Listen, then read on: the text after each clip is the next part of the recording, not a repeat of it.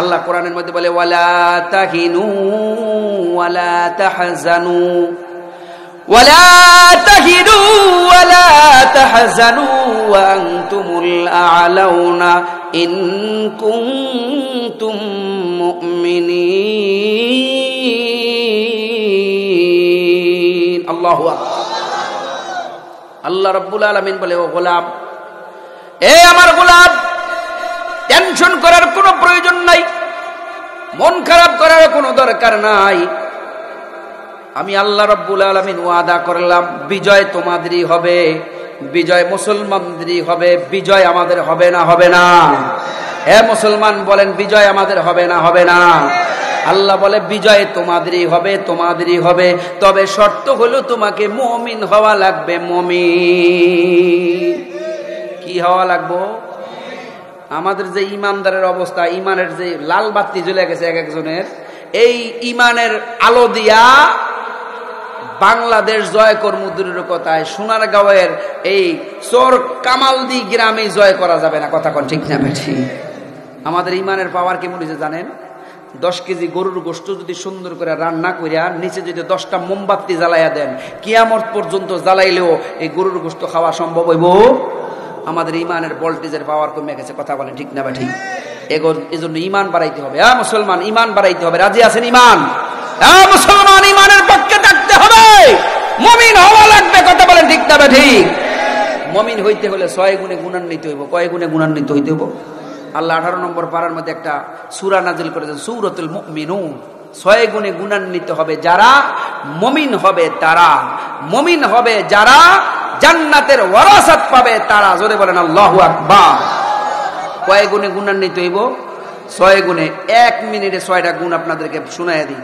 আল্লাহ কোরআন শরীফের সূরাতুল মুমিনুনের মধ্যে আল্লাহ তাআলা বলতেছেন, ক্বাদ আফলাহাল মুমিনুন।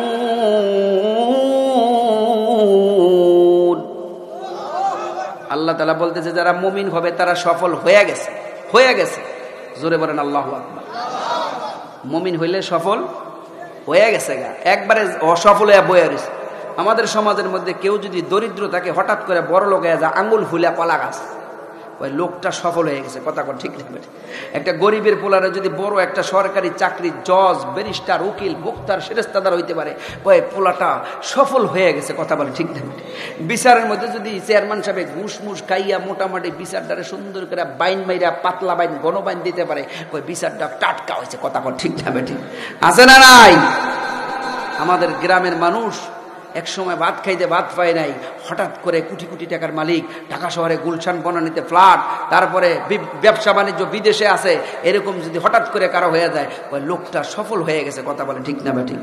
আল্লাহ বলে না, দুনিয়ার লাইনে তুমি সফল হইল, আখিরাতের লাইনে তুমি সফল নাও।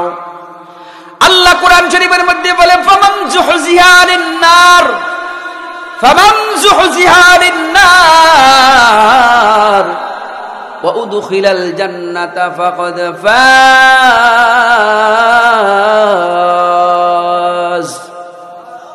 আল্লাহ বলে যারা জাহান্নাম থেকে মুক্তি পাইয়া জান্নাতি হয়ে গেছে, এরা সবাই সফল হয়ে গেছে। জোরে বলেন সুবহানাল্লাহ।